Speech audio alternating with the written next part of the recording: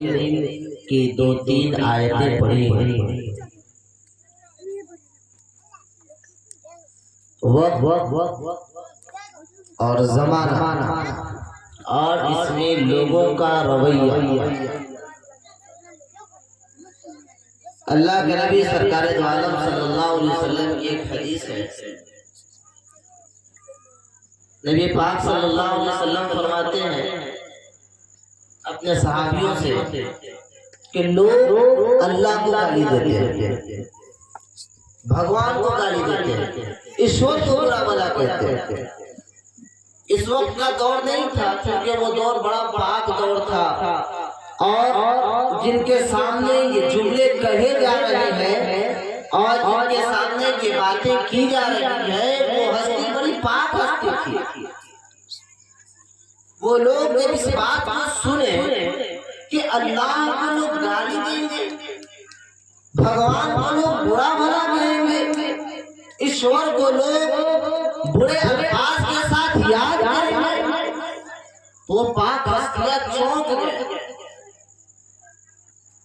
और चौंक करके सवाल किया, या अल्लाह ये कैसे हो सकता है कि लोग अल्लाह को गाली दें, हालांकि खाना अल्लाह का है, पीना अल्लाह का है, जमीन अल्लाह का है, आसमान अल्लाह की है, इस दुनिया के अंदर रहने वाले इंसान का एक एक लम्हा अल्लाह का है, एक एक सांस अल्लाह की है, अल्लाह रिज़्क़ देता है, अल्लाह सांस देता है, अल्लाह रोजी देता है, अल्लाह तबारक व तआला हवाएं चलाता है, धूप निकालता है, सारी चीजें अल्लाह की है। इसके बावजूद ऐसा वक्त आएगा कि लोग अल्लाह को गाली देंगे। तो पाक हस्तियां चौंक गए कि यार अल्लाह जी कैसे होगा कि लोग अल्लाह को गाली देंगे। अल्लाह के नबी सरकार दो आलम सल्लल्लाहु अलैहि वसल्लम ने फरमाया कि मेरे प्यारे सहाबियों, एक वक्त ऐसा आएगा कि लोग अल्लाह को गाली देंगे, बाईमाना कि लोग वक्त को बुरा कहेंगे, लोग जमाने को बुरा कहेंगे, लोग समय को बुरा कहेंगे, हालांकि बुराइयां खुद उनके अंदर मौजूद होगी, कमियां खुद उनके अंदर मौजूद होगी और वो अपने बुराइयों का सारा पीड़ा वक्त के ऊपर डालेंगे, अपने बुराई का सारा मौसम के ऊपर डालेंगे। और मौसम का बनाने वाला कौन बताएं? मौसम को बनाने वाला कौन? अल्लाह को बनाने वाला कौन? अल्लाह। तो जिस शख्स ने अल्लाह की बनाए हुए मौसम को गाली दिया, अल्लाह के बनाए हुए वक्त को गाली दिया, गोया कि उसने अल्लाह को गाली दिया। हालांकि बुराइयां जो आज मौजूद है, जो चीजें हमारे और आपके सामने है, ये चीजें हमारे करतूत की वजह से है, हमारे अमाल की वजह से है। हम जो करते हैं आज भुगत रहे हैं, हमारा जो अमल है उसका नतीजा हमको मिलता है, लेकिन इसके बावजूद हम दोष किसको देते हैं? तो वक्त खराब चल रहा है, समय खराब चल रहा है। मेरे अजीज भाइयों, ये महफिल जो सजाई गई है, जनाब इरशाद साहब ने सजाया है। अव्वलन बात यह है कि मैंने इनको यहाँ बैठाया है, बस तीन मकसद मेरे सामने,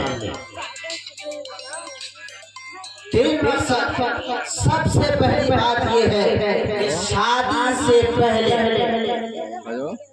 शादी इस्लाम के अंदर इतना आसान तरीका है, इतना आसान रिवाज है कि अगर एक लड़का बालिग हो, एक लड़की बालिग हो, लड़का लड़की को पसंद कर ले, लड़की लड़के को पसंद कर ले, दो मुसलमान गवाह को मर्द, दो मुसलमान मर्द गवाह बन जाए, या दो मुस्लिम औरत एक मुसलमान मर्द गवाह बन जाए, अगर इस तरीके से एक दूसरे के सामने खड़े होकर के कह दे तो हमारी बीवी, हम तेरे शौहर, या बीवी कह दे आप मेरे शौहर, मैं आपकी बीवी, कबिल तू आपकी शादी होगी।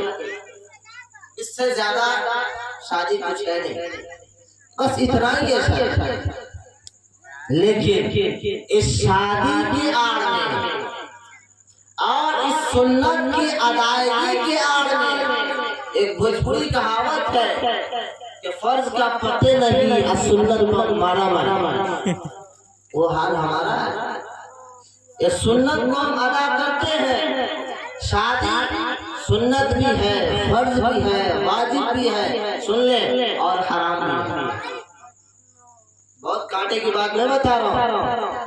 शादी करना 4 चीज है। किताबुल निकाह अगर आप खोले तो सबसे पहला चैप्टर आपको यही मिलेगा कि शादी का 4 दर्जा है। शादी फर्ज भी हो जाता है, वाजिब भी हो जाता है, सुन्नत भी होता है, और एक वक्त ऐसा आता है कि शादी करना हराम भी होता है। सबके अलग अलग। अगर कोई जवान इतना अनकंट्रोल हो गया कि आप उसको बुराई की तरफ जाने का खूब अंदेशा है, तो फिर इसके ऊपर छोड़ दे, तो शादी करे। किसी जवान के अंदर अगर ऐसी कहानी नहीं है, लेकिन उसके पास इतनी हैसियत है कि वो बीवी रख सकता है, खर्चे उसको दे सकता है, बीवी को पाल सकता है, फिर उसकी बर्बादी। अब उसको जरूरी है कि वो शादी करेगा, नहीं करेगा तो अल्लाह के उसके जवाब देना। और तमाम लाज़िमात के साथ खुशो-खुर्रम जिंदगी गुजर रही है, हर चीज लेवल में है, बहुत ज्यादा ऊपर नहीं है, बहुत ज्यादा नीचे नहीं है। शादी अगर हो जाए तो जिंदगी गुजर सकती है, और हम ऐशो आराम के साथ बीवी की ख्वाहिशात पूरी कर सकते हैं। कुव्वत बाल हमारे अंदर है तो फिर हम शादी करें, हमारे लिए सुन्नत है।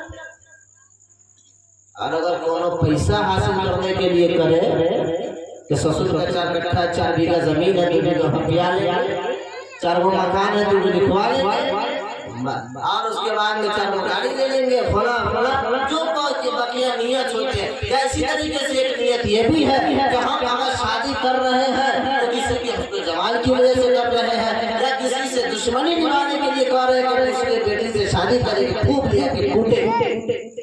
ऐसी सूरत में आपके ऊपर शादी करना हराम है, आप शादी नहीं करें। अगर आपने किया है तो कराने वाला भी जवाब देगा, आपको तो खर्च जवाब देना ही है। तो 4 दर्जे हैं शादी करने के। उमूमन जिस दर्जे में शादी होती है कि शादी सुन्नत के दर्जे में, सुन्नत के दर्जे में शादी किया जाता है। लेकिन इस सुन्नत की आड़ में कितना हराम काम होता है, इसके ऊपर कभी मुस्लिम कौम ने अपने आप को खोला है, इसके ऊपर कभी मुस्लिम कौम ने अपने आप को सोचा है कि एक शादी सुन्नत जिसकी अदायगी हम कर रहे हैं, और जिसकी सुन्नत की अदायगी में हम निकाह के अंदर पढ़ते हैं, सुन्नती अमन रग़िब अन सुन्नती फलैसा मिन्नी, निकाह करना मेरे नबी की सुन्नत है, निकाह करना मेरे नबी का तरीका है, निकाह करना मेरे नबी की चाहत है, निकाह करना मेरे नबी का उस्लूब है। मेरे नबी ने बताया है कि अगर तुम्हें अपने जिंदगी के अंदर खुश रहना है, अगर तुमको अपनी जिंदगी के सलामती के साथ अपनी जिंदगी को अल्लाह और उसके रसूल की रज़ामंदी के साथ गुजारना है, तो नीची करो और अच्छी निकाह करो, और तुम अपने निकाहों के अंदर जल्दी किया करो। चंद दिन तुम्हारे 18 साल की उम्र हो जाए, बुलूगत को पहुंच जाओ, सबसे पहला काम तुम्हारा ये होना चाहिए कि तुम शादी करो। आज का आलम ये है, सब काम हम पहले करते हैं, शादी बाद मिजाज बन गया और माहौल बन गया। माँ बाप भी बेफिक्र है, औलाद भी बेफिक्र है, समाज भी बेफिक्र है, और शादी के मौके से तो अल्हम्दुलिल्लाह इतने रसूम आ गए। हम मुसलमानों में ऐसे ऐसे रसूम आ गए, नाउज़ुबिल्लाह, अल्लाह की पनाह, अल्लाह की पनाह। इब्न माजा के अंदर मेरे नबी फरमाते हैं कि अगर कोई शख्स, कोई भी शख्स अगर किसी अच्छाई का इजाद करता है तो उसको उस अच्छाई का सवाब उस वक्त तक के मिलेगा जब तक के उस अच्छाई के ऊपर लोग अमल करते रहेंगे। और अगर कोई शख्स किसी बुराई का इजाद करता है तो उस बुराई का वबाल उसके ऊपर उस वक्त तक आएगा जब तक उसके ऊपर लोग अमल करते रहेंगे। जो हमारे गांव में नहीं और भी लोग शुरू कर देते बच्चों, अगर हमारे करने की वजह से रिवाज बनता है गांव के अंदर, हमारे करने की वजह से अगर सोसाइटी बनती है हमारे गांव के अंदर, लानत है ऐसे रिवाज के ऊपर जिस रिवाज के जरिए इस्लाम ऊपर, जिससे लोगों की वजह से इस्लाम के अरकान पर फटकार आए और इस्लाम के अरकान कमजोर होती चली जाए और हमारी माँ बेटी और हमारी घर की बहुओं की इज्जत मिसवार होती चली जाए। ऐसे रिवाजों पर नाक मार करके और ऐसे रिवाजों से दरकिनार होना हमारे ऊपर फर्ज है। हल्दी का मौसम, हल्दी का वक्त, पता नहीं नया नया क्या क्या चीज हो जाता है। शादी के 3 दिन पहले लोग हल्दी दिन मनाते हैं। इस्लाम में इसका कोई तस्करा नहीं, कोई तस्वुर नहीं, कोई जगह। अफ्तर लगाने का लोग मसला पूछते, बोले अफ्तर लगता है कि नहीं लगता है। हम इसके खिलाफ नहीं, लगाओ, मलमल के लगाओ, इतना ऊंचा हो जाओ कि आने वाली पूरी जिंदगी तुम उजरे ना, लेकिन उस उजरा के पीछे काला काम मत करो। उस गोरे होने के चक्कर में काला काम मत करो कि जिस गोरेपन को तुम तलाश कर रहे हो गोरा तो नहीं हो पाओगे, लेकिन ऐसा हो सकता है कि गुनाह का एक नुक्ता तुम्हारे दिल के ऊपर पड़ जाए और उस नुक्ते की वजह से कल कयामत में तुम्हें पकड़ उस नुक्ते की वजह से हमें पकड़ लिया जाए। मैं बार-बार फिर कहता हूँ कि शादी एक सुन्नत है और इस सुन्नत के आगे जो बुराई है, जो हराम काम किए जा रहे हैं, इन हराम को देखने वाला कोई मिलाद कराया गया। मिलाद का मकसद क्या? मिलाद ये शादी से पहले न सुन्नत है, न फर्ज है, न वाजिब है, कुछ नहीं। खूब दुनिया तक जाएंगे, खूब खोजेंगे और मौलवी साहब को खूब उठाने लगाएंगे कि कौन भोले निकालिए मिलाद करने का, तो मौलवी साहब मुस्तहब का हक नहीं से ज्यादा कुछ इन्हें कहूँगा ना अच्छा अमल, इससे ज्यादा नहीं है। शादी करने के लिए है नहीं, हाँ, लेकिन क्यों किया जाता है? अब तो यूँ कहिएगा मौलवी साहब मिलादवा आप ही कर रहे हैं, हमारा मिलादवा खराब हो रहा है। नहीं, हम खराब नहीं कर रहे, खराब नहीं कर रहे, बात को समझो। मतलब ये है शादी का रुकन मिलाद नहीं है, लेकिन एक अच्छा काम समझ करके इसको किया जाता है कि नहीं? कि कल हमारे घर में शादी है, अब शादी से पहले अल्लाह रसूल की बात हो जाए तो सवाब मिल जाए। उससे भी पॉइंट की बात ये है कि मिलाद का मकसद ये है कि हमको तो कुछ आता नहीं है, बचपन में कुरान शरीफ पढ़े नहीं है या माँ बाप ने पढ़ाया नहीं है, हमको नए तरीके से अच्छे तरीके से इस्लाम के मुताबिक जो करना चाहिए उसके करने का हुनर हमको मालूम नहीं है। अब हम क्या करते हैं कि मिलाद की शक्ल डालते हैं कि मौलाना साहब आएंगे, इमाम साहब आएंगे, और जो दीन की असल बातें हैं, शादी में हमको क्या करना चाहिए, शादी का तरीका क्या हो, हमको किस तरीके से करना चाहिए, ये बात वो बता दे ताकि कल जब हमको शादी करना पड़े तो उसी सुन्नत के मुताबिक मौलवी साहब के बताए हुए बात मुताबिक हम शादी करें। ये मिलाद का मकसद है कि नहीं है भाई? ये मकसद है। सवाब अपनी जगह और मकसद अपनी जगह कि हमारी कमियों के ऊपर आगाही हो जाए, लेकिन इसका उल्टा क्या होता है? बताओ भाई, इसका उल्टा क्या होता है? मौलवी साहब को मगरिब के नमाज के बाद और गाड़ी लगता है, चलन बोला के ले आया बैठा, 2 को लेके आए, 4 को 5 को और बोल रहा है। मौलवी साहब के का टाइम हुआ, अज़ान हो गए, अल्लाहु अकबर, मौलवी साहब नमाज पढ़ाने चले गए, ये बड़ा दुआ करा दिया, चले। इसके बाद क्या होगा भाई? इसके बाद क्या होगा? कसम खुदा की, अगर इस्लाम की धज्जी उड़ाओगे तो अल्लाह ताला जितना जमीन आज तक नहीं किया है इससे ज्यादा जमीन करेगा अगर तुमने अल्लाह के मजहब की और रसूलुल्लाह के दीन के साथ खिलवाड़ किया। बार-बार कहता हूँ, हमेशा कहता हूँ, अगर नाचना है, गाना है और तुम्हें गैरों के उसलूब के ऊपर चलना है तो रसूल की सुन्नत की धज्जियां मत उड़ाओ और इन प्रोग्रामों का एहतराम मत करो। अगर तुमने इन प्रोग्राम का एहतराम किया है और यहाँ पे अल्लाह उसके रसूल की बात और राम कथा चलाई है, ईश्वर कथा सुनाया है, तो फिर इसका मतलब ये है कि तुम इसके ऊपर आमादा हो और इसके बाद अगर किसी गैर तरीके को तुमने अपना करके और किसी गैर के गाने बजा करके इस्लाम की धज्जी उड़ाई है। इसका मतलब ये है कि तुमने इस्लाम को उसके सामने कमजोर दिखाया,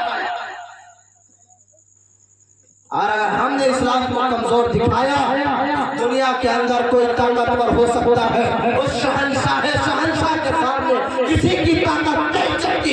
अगर हमने एक घंटे के लिए मज़हब को, रसूल के दीन को, उसकी धज्जी उड़ाने की कोशिश की, अल्लाह क़यामत तक हमारी धज्जी उड़ाता रहेगा। आज हमको शिकायत है सरकारों से, आज हमें शिकायत है खैरों से, आज हमें शिकायत है न जाने कितने दूर के लोगों से।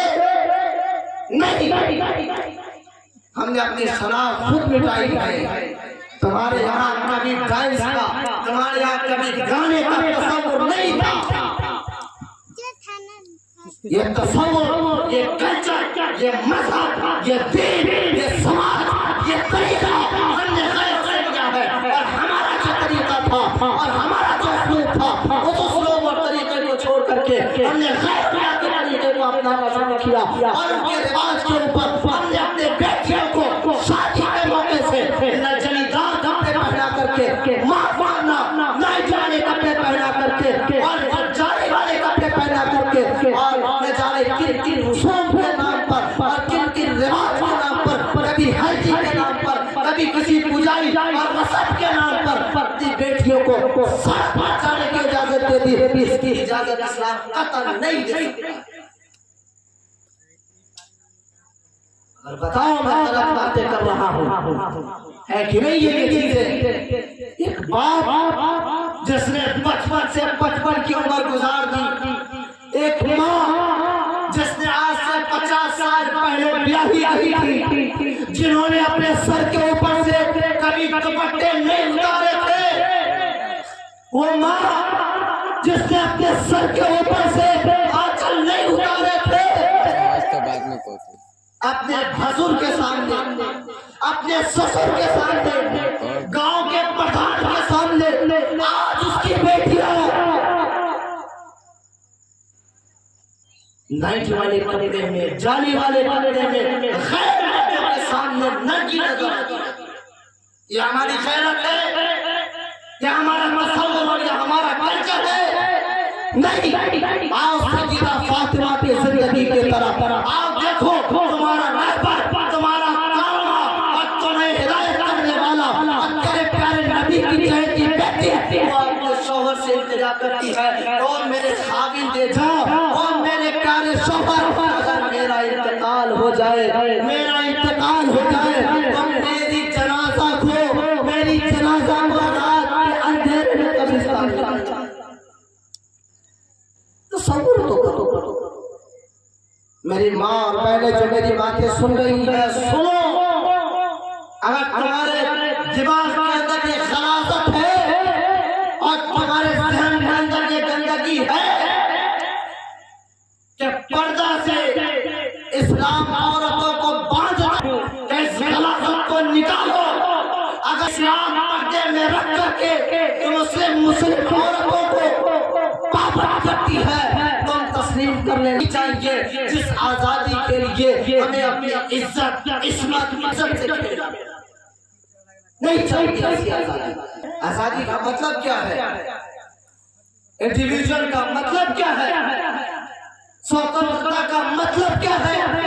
स्वतंत्रता का मतलब ये नहीं है कि हम जैसे चाहे अपनी जिंदगी गुजारे, सड़कों के ऊपर नंगी होकर के हम नाचे और सड़कों के ऊपर अपनी इज्जत को नीलाम करें। नहीं, मुझसे एक साहब से बात हो गई, मैं दरभंगा से आ रहा था, मैं वाकया सुनाने का आदी नहीं हूँ, लेकिन मैं समझाने के लिए और खास तौर से नौजवानों के दिमाग के ऊपर जो बातें आई है, अब मुझे बात करने का वक्त बड़ा कम मिलता है, इस वजह से मैं आपको बताने की कोशिश करता हूँ। मैं दरभंगा से आ रहा था, एक साहब बैठे हुए थे, टीचर, इंग्लिश टीचर,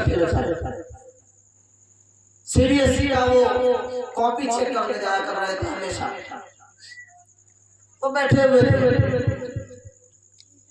और अक्सर जब आप ट्रेन में चढ़ेंगे तो औरतें होती हैं, बच्चियां होती हैं, बच्चे भी होते हैं, तो चढ़ने के बाद सीट वगैरह एग्जाम का वक्त होगा तो जल्दी सीट नहीं मिलता है। हम लोग बैठे हुए थे, बात चलते चलते बात चलने लगी, पर्दे के ऊपर बात चली। एक साहब बैठे हुए थे, उनका मिजाज था, तो फट से बोलते हैं कुछ भी है लेकिन मुसलमान सब ना अपने औरत सबको पूरा बांध करता और कैसे मोदी जो किए ठीक किए हैं, ये पर्दा हटा देना बहुत अच्छा लगता है, पर्दा नहीं होना चाहिए। कहे तो मास्टर साहब सुन रहे बेचारे, हम बोले कहे तो बोल रहे हैं इस पर्दे के पीछे ना बहुत आतंकवादी लोग पैदा होते हैं इस पर्दे से, और इस पर्दे के आड़ में लोग बहुत बड़ा बड़ा क्राइम करते हैं।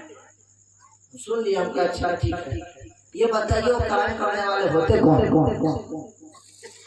99% तो ऐसे मिलेंगे जो आपके होंगे, आपके चाचा 99% बिल फर्जो महाल आपके कहने पर अगर हम मान भी ले कि हाँ इससे क्राइम कर रहा है करने वाला, तो आप हमको एक बात बताइए।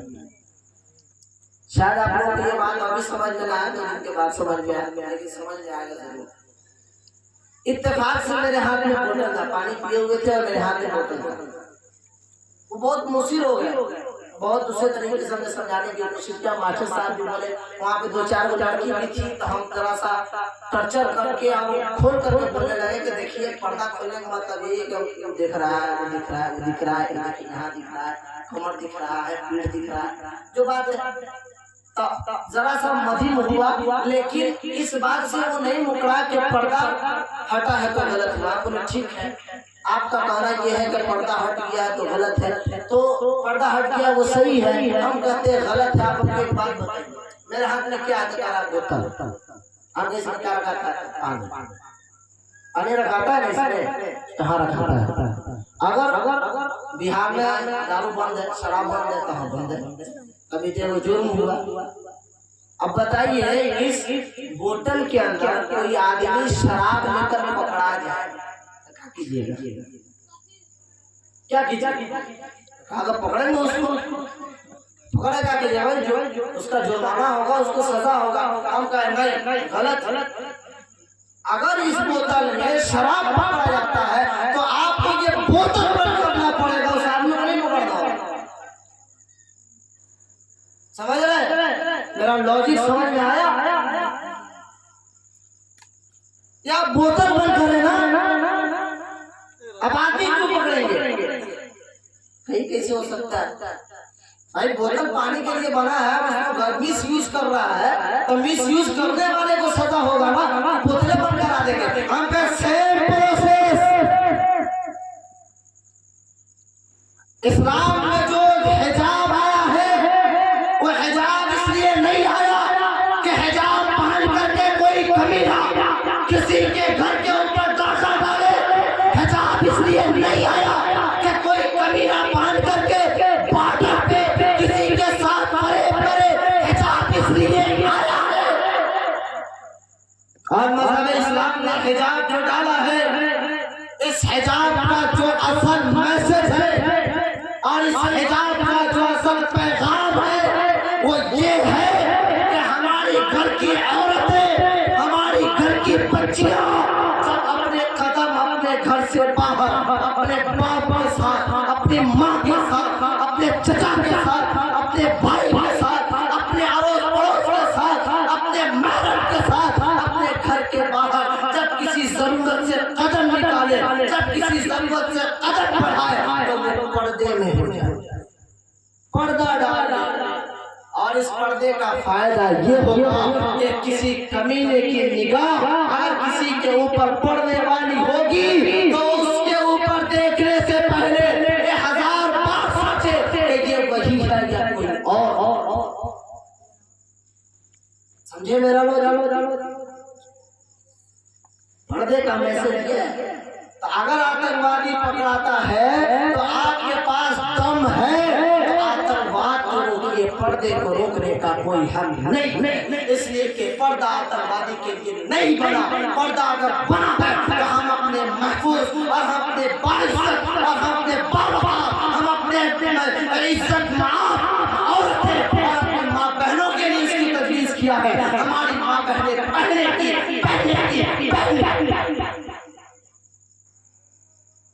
ये नहीं है कि बोतल में शराब पकड़ाए तो आप बोतल नहीं बंद करेंगे, शराब बंद करेंगे और साथ में उस क्राइम करने वाले को बंद करेंगे। इसी तरीके से अगर कोई आतंकवादी निकाब में पकड़ाता है तो दम है तो उस आतंकवादी को मारो, उस आतंकवादी को खत्म करो, निकाब को बंद करने का हक तुम्हारे पास नहीं। उसके बाद एक लफ्ज मास्टर साहब को तारीफ करने लगे। हालांकि चोर चोर मौसियात भाई एतमाद नहीं होता है, लेकिन उन्होंने तारीफ किया। मैंने कहा आज़ादी का मतलब ये नहीं है कि अपने बच्चों को इतना आज़ाद कर दो कि मैं ये कह रहा था कि मेरी माँ और बहनें जो 50 साल पहले ब्याही गई और अपनी जिंदगी को इज्जत के साथ आबरू के साथ अपने ससुर के सामने कभी चेहरे को नहीं खोला, आज उसी की बेटी गाँव के प्रधान को छोड़ के किसी पैरे गहरे और नक्तों गहरे के सामने अपने चेहरे की नुमाइश करती नजर आती है कि नहीं आती? और ये तमाम चीजें माफ करना, ये तमाम बुराइयां खास तौर पर शादी की। इसीलिए मैं कह रहा हूँ कि शादी सुन्नत की अदायगी के चक्कर में कितने हराम काम करते चले जा रहे हैं, इसका हमको अंदाजा नहीं।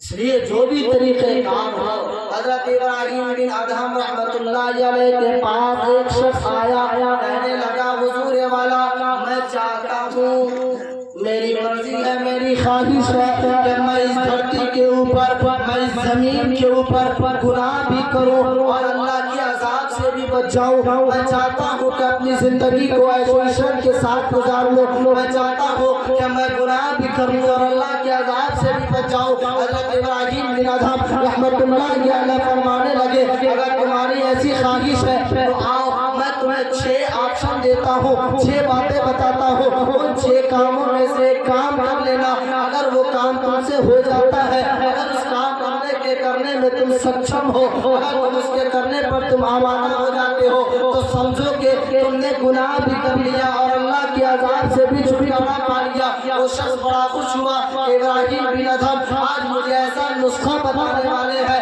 ऐसा कीमिया बताने वाले हैं, ऐसा रास्ता बताने वाले हैं कि आज के बाद मैं गुनाह भी करूंगा, अल्लाह के अज़ाब से भी बचाऊंगा। खुश हुआ, कहने लगा हजरत जल्दी बताइए, उन 6 नुस्खों में से कोई एक नुस्खा तो मेरे बस का हो सकता है, कोई एक काम तो मेरे बस का हो सकता है। हजरत इब्राहिम बिन अदहम कहने लगे, वो जवान जरा दिल थाम करके सुनना, और आज की माँ और बहनें भी अपने दिल थाम करके सुन ले, और ये बैठे हुए नौजवान भी अपने दिल को थाम करके सुनना। हजरत इब्राहिम बिन अदहम कहने लगे, ओ नौजवान, अगर तेरी ख्वाहिश है, तेरी मर्जी है, अगर तू चाहता है इस धरती के ऊपर, इस धरती के ऊपर, इस पृथ्वी के ऊपर, इस जमीन के ऊपर तुम गुनाह भी करे और अल्लाह के अज़ाब से बच जाए, एक काम कर।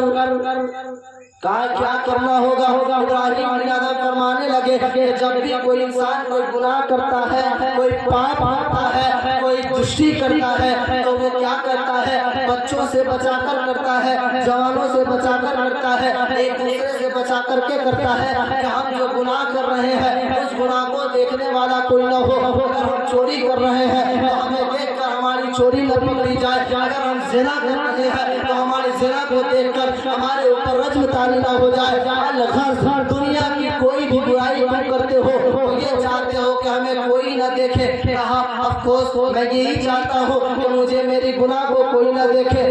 इब्राहिम बिन अदहम फरमाने लगे, और नौजवान एक काम करना, जब तुम्हें गुनाह करने का इरादा हो, जब तुम चाहो कि मैं गुनाह करना चाहता हूँ, फला गुनाह करना चाह रहा हूँ, एक बात का ख्याल रखना कि ऊपर वाला तुमको देख न पाए।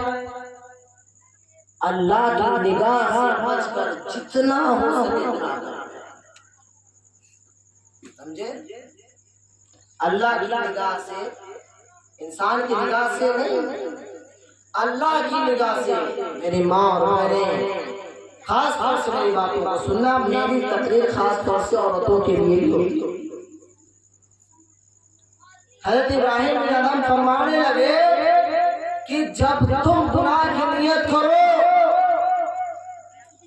तो क्या करो, इस बात का ख्याल करो कि ऊपर वाला तुमको न देख सके, अल्लाह न देख सके। सीन का गौर, इससे बचो, अल्लाह की नजर से बच जाओ। फिर जितना मर्जी हो गुनाह करो, इसलिए कि अगर तुमको कयामत में तुमसे पूछा जाए फला वाला गुनाह किया था तो तू कह देना कि वाला गुनाह देख ले वाला,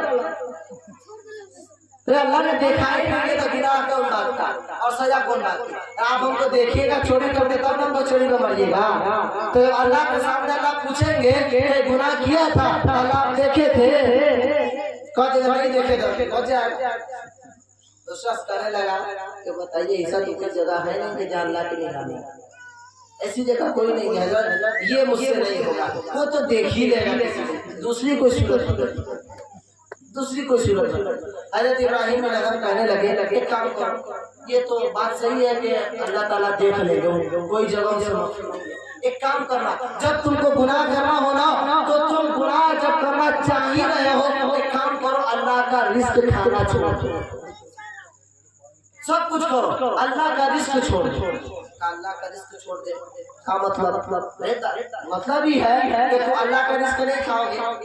तो जब अल्लाह का रिस्क नहीं खाओगे तो कहावत है मुंह खाए आंख लगा, और तू खाएबे नहीं करोगे तो कयामत में अल्लाह ताला पूछेंगे रे कोई काम किया था गुनाह वाला, तो कहना यार हम किए तो थे लेकिन आपका थोड़ी खाए थे, हम अपना खाना खाए, हम अपना खाना गुनाह किया, सजा कौन बात किया।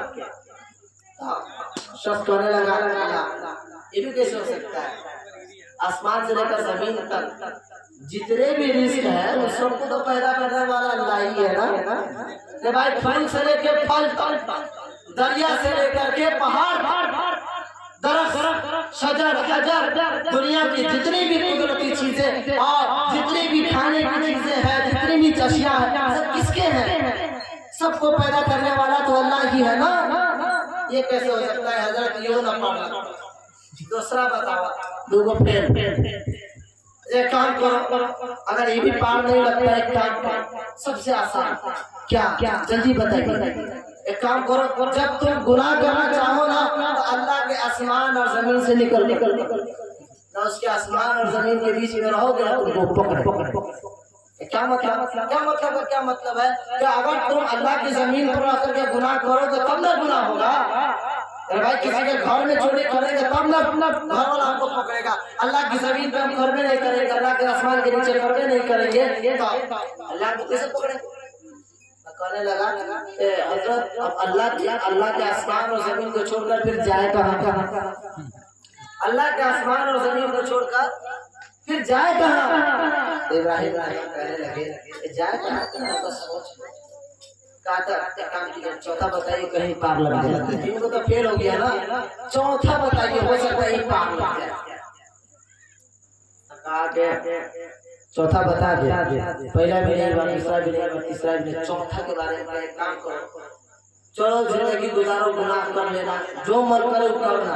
एक काम करना, जब फरिश्ता रूह निकालने आए ना, मरने का जब टाइम हो तो उस टाइम में जब फरिश्ता को देखना हमारा रूह निकाल लेना तो तुम क्या करना है, रुको थोड़ी देर रुक जाइए, तक समाज कर लेना, रोते का जब रुक जा, हम तौबा कर लेते हैं। क्या करते हैं बोलिए ना, तौबा कर ले, थोड़ी देर रोक लेना, 2 मिनट के लिए अगर रोक लोगे ना, आज जैसे वो रुकेगा तो कहा के जब रोक के क्या करेंगे, जैसे रुकेगा ना तो इससे तुम अल्लाह से तौबा कर लेना, अल्लाह हम सब गुनाह को तौबा करते, अब गुनाह न करना, अल्लाह ताला माफ कर देंगे। आज जब तौबा कबूल हो जाएगा, गुनाह माफ हो जाएगा, सजा बन जाएगा।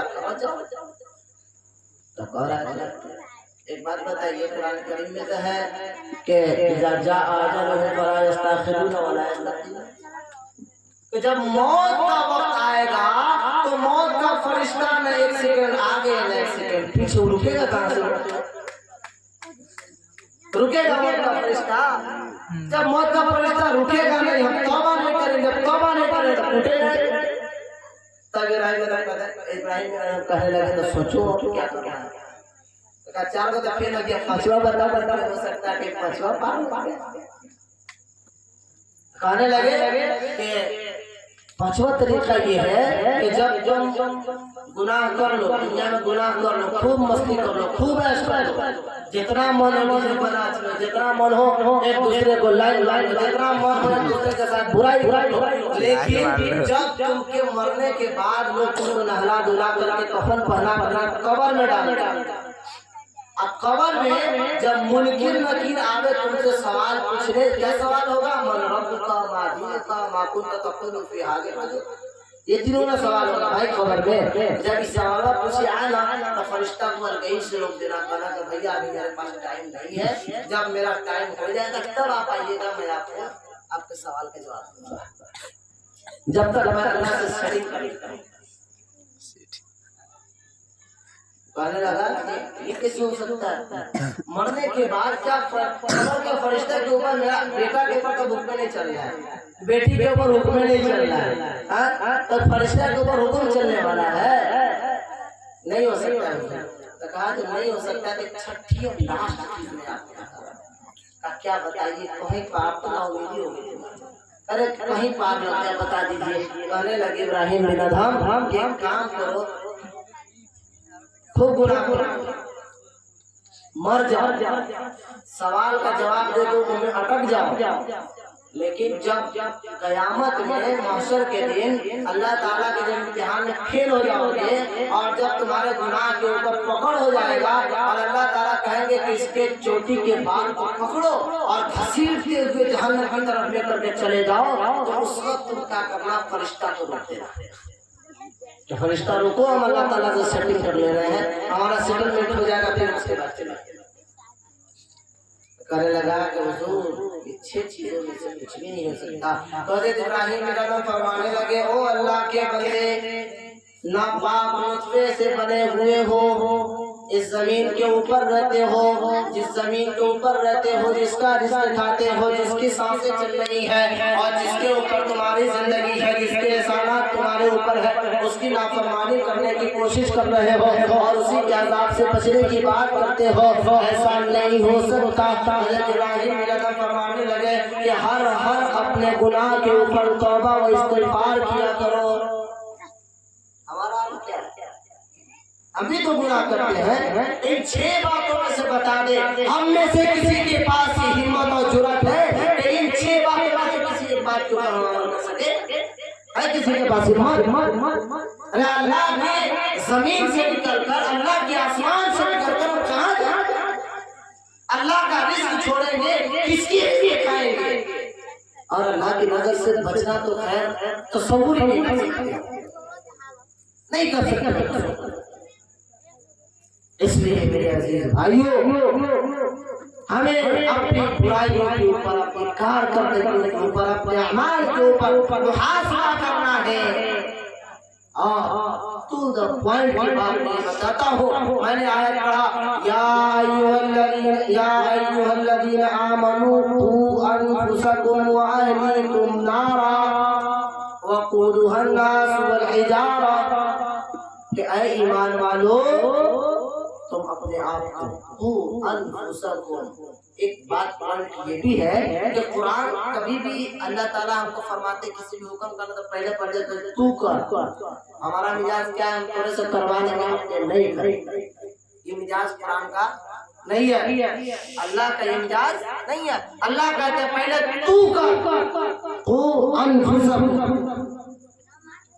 पहले तुम करो, अपने आप को जहन्नम से बचाओ, अपने आप को अल्लाह के अज़ाब से बचाओ, वो अहलीकुम नारा, फिर उसके बाद अपने घर वाले को अज़ाब से बचाओ, अपने घर वाले को अज़ाब से बचाओ। अल्लाह के नबी ने फरमाया, कुल्लुकुम राइन व कुल्लुकुम मसऊलुन अन रइयती, कि तुम में से हर एक गाड़ी एक दूसरे के मुताबिक पूछा जाएगा। इसके ऊपर हमें किसकी नजर है? आज तो हम एकदम हाथ उठा देते हैं, मौलवी साहब तकरीर कर दिए, डीजे नहीं बजना चाहिए, मौलवी साहब का अपने तो मन में नंबर तो हमारे सोच के ऊपर लानत, हमारे इस कल्चर के ऊपर लानत।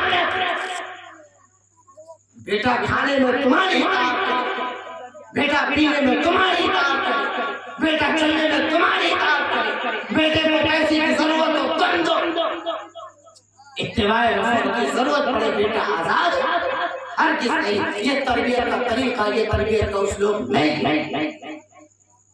तरबियत का उसलूब ये है कि हम अगर आमादा है सुन्नत रसूल पर अपने औलाद को चलाएंगे, अपने घर को चलाएंगे, जान जा सकती है, लेकिन रसूलुल्लाह की इज्जत से खिलवाड़ नहीं हो सकता। अगर बेटे को हमें तरबियत करनी है तो ठोकर करना पड़ेगा। याद करो हज़रत उमर का दौर, याद करो हज़रत उमर का वाक़या, हज़रत उमर के वाक़ये से ये सबक मिलता है। हज़रत अब्दुल्लाह बिन उमर गालिबन वही है तो उनके बेटे ने एक मर्तबा कद्दू की सब्जी खाने से इनकार किया। घर के अंदर कद्दू की सब्जी बनी, बहुत पुरानी हदीस में दी जाती है। घर के अंदर कद्दू की सब्जी बनी थी, गालिबन है तो उमर है, हज़रत अब्दुल्लाह बिन उमर है, ये मुझे याद नहीं है। मैं तरबियत बताना चाहता हूँ कि मर्द जिसके लिए अल्लाह ताला ने कुरान में फरमाया का मतलब हम ये समझते हैं कि ब्याह करके ले आके घरवाली को खूब कूटे, नमक कम हो तैयो पीटे, मिर्चाई कम हो तैयो पीटे, बिस्तर न झाड़े तैयो पीटे, कपड़ा न पीछे तैयो पीटे। ये मर्दान की नहीं है, मर्दान की ये है कि तुम अपने अंदर उसको रखो और तुम अपने मन के मुताबिक उसको चला। पिट लेना मर्दान की थोड़ी है।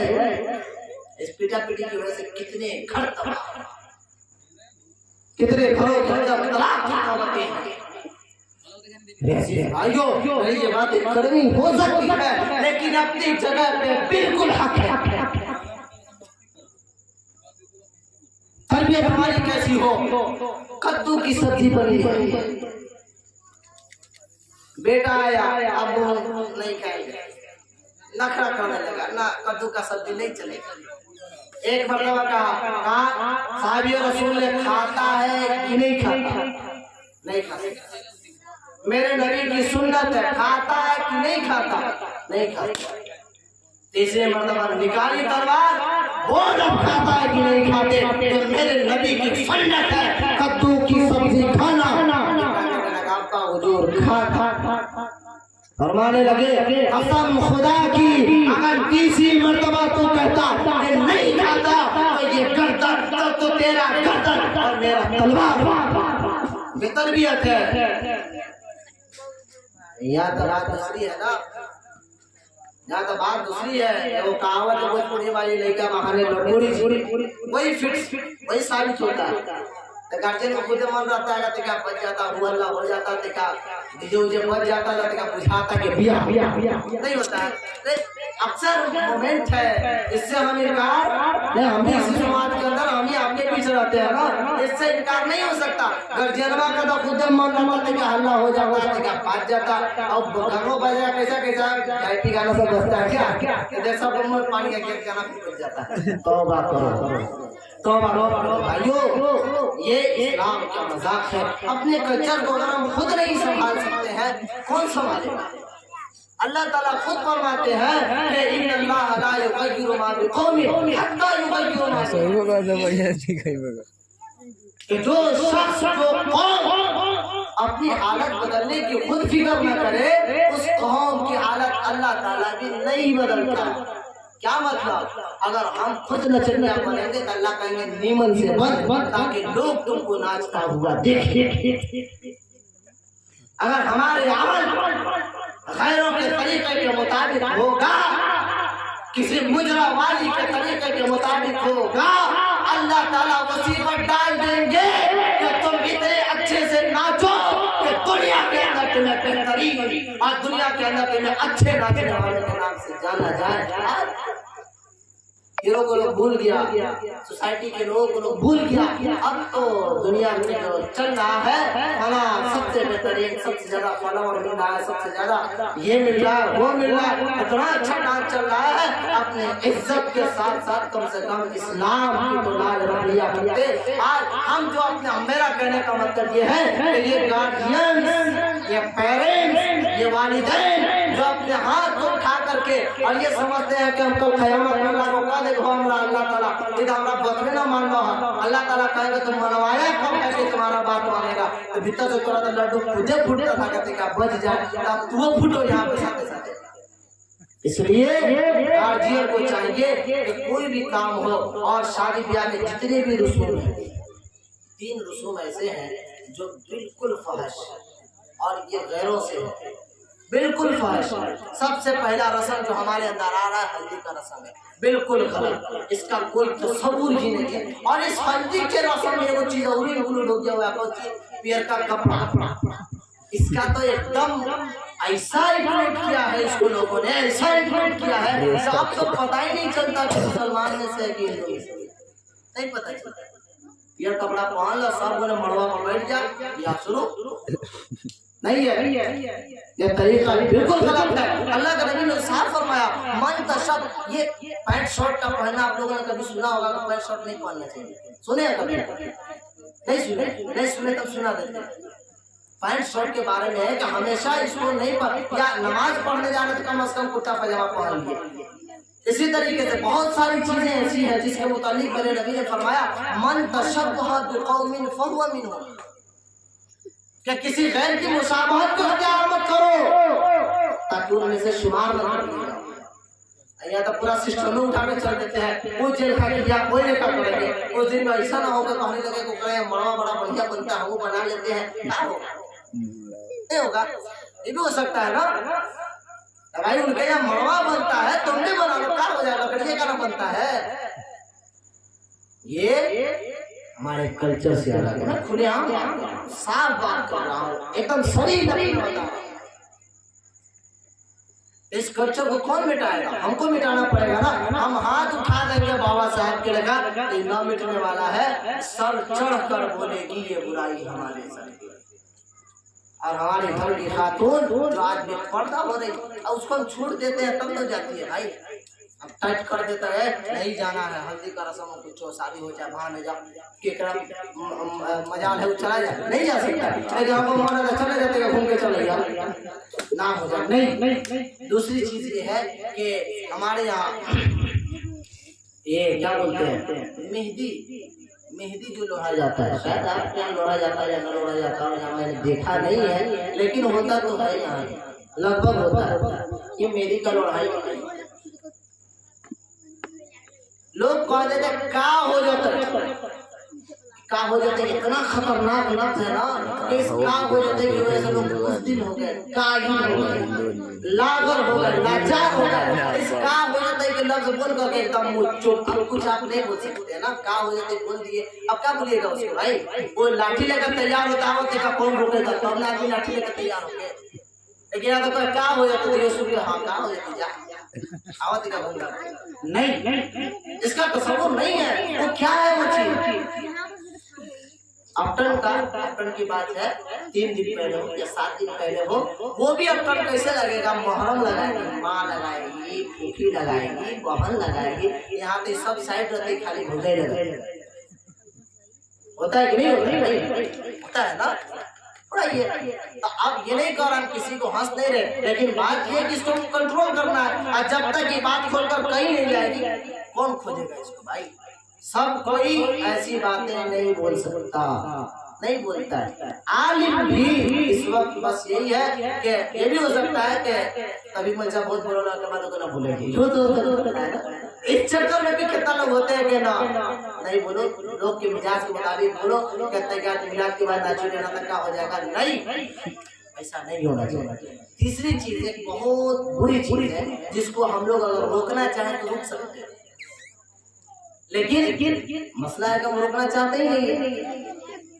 ये जो क्या होता है वो लड़का जब विदा होता है क्या बोलते हैं उसको नाम हमको मालूम नहीं है। लड़का जब विदा होता है उस वक्त का क्या लगता है एकदम खैरों का तरीका और उससे बड़ी बेहयाई क्या देखिएगा। लड़का जब विदा होता है तो भाई ठीक है सलाम दुआ करो या रोना ही है तो गला लग के रो लो उसके बाद बैठा दो भेज दो। अब उसके साथ ही जो जाने का रिवाज है कुछ दूर तक की क्यों उसका रास्ता देखा हुआ नहीं है कि जाकर तुम जतरा बनाते हो क्या करते हो कहीं ना कहीं तुम डिस्टर्ब करते हो, फायदा उससे नहीं है। और जिस चीज का तसव्वुर नहीं है उस चीज के करने का आमादा क्यों है? हाँ, इतना है कि अगर दुल्हा विदा हो रहा है, दुल्हन के पास जा रहा है, तो माँ के ऊपर जरूरी है कि माँ क्या करे, मिठाई ले ले, अच्छी चीज ले ले, बेटे के पास जाए, खुश दिली से बेटे को खिलाए और खुश दिली से खिला करके बेटे को सलामती की दुआ दे कि अल्लाह ताला तुमको सलामती के साथ पहुंचाए। और जो दुल्हन तुम्हारे हक में आने वाली है उस दुल्हन को तुम्हारे ही हक में नहीं बल्कि सारे लोगों के हक में और सारे परिवार के हक में बरकत का बाइस बना कि दुआ देकर के वो विदा करे। इसका उल्टा होता है और शुरू हो जाता है क्या क्या गाना के अल्फाज अगर बोल देंगे तो बुरा हो जाएगा। ऐसा गाना शुरू होता है कि अल्लाह की कसम अगर उस गाने का मतलब निकाल लिया जाए तो पूरी शादी बर्बाद हो जाएगी। अब मतलब निकाल कर देख ले, चॉकलेटवा के बेटी का मतलब निकाल के देख ले क्या होगा। अरे होगा कि नहीं होगा? अगर गलत है तो बोलिए भाई। अगर उन गानों का मतलब हम लोग किसी भी चीज को देखते हैं, अल्हम्दुलिल्लाह मेरा मिजाज ऐसा है कि हमको आप अच्छों में भी देखेंगे, बुरों में भी देखेंगे। और पता नहीं अल्लाह ताला मेरे साथ ऐसा मामला क्यों कर दिए हुए है कि हमारा सेटिंग ऐसा होता है, कभी इनमें कभी उनमें, है ना, मेरा सेटिंग ऐसा होता है। लेकिन मतलब यह कि मैं जहाँ भी जाता हूँ मैं सिर्फ गौर यही करता हूँ उनमें और मुझ में फर्क क्या है।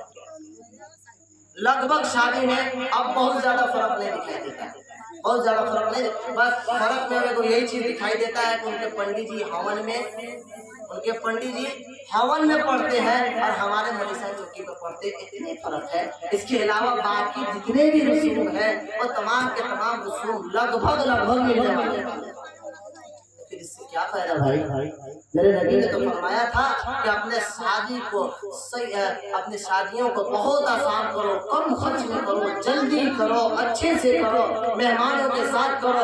मेहमान का बारात का भी देता लंबा बात है कुछ नहीं, लेकिन ये 3 पॉइंट जो औरतों के मुताबिक मैं खास तौर से इन पे बात डालता हूँ कि औरतों के मुताबिक है इनकी इस्मत को बचाना और इनकी आबरू को बचाना हमारी जिम्मेदारी है ना। सब कुछ ना बात मानेगी, ना बात नहीं मानेगी। आप मनाने की कोशिश कीजिए। अल्लाह तबारक व तआला हम सबों को कहने सुनने से ज्यादा इन तमाम बातों पर अमल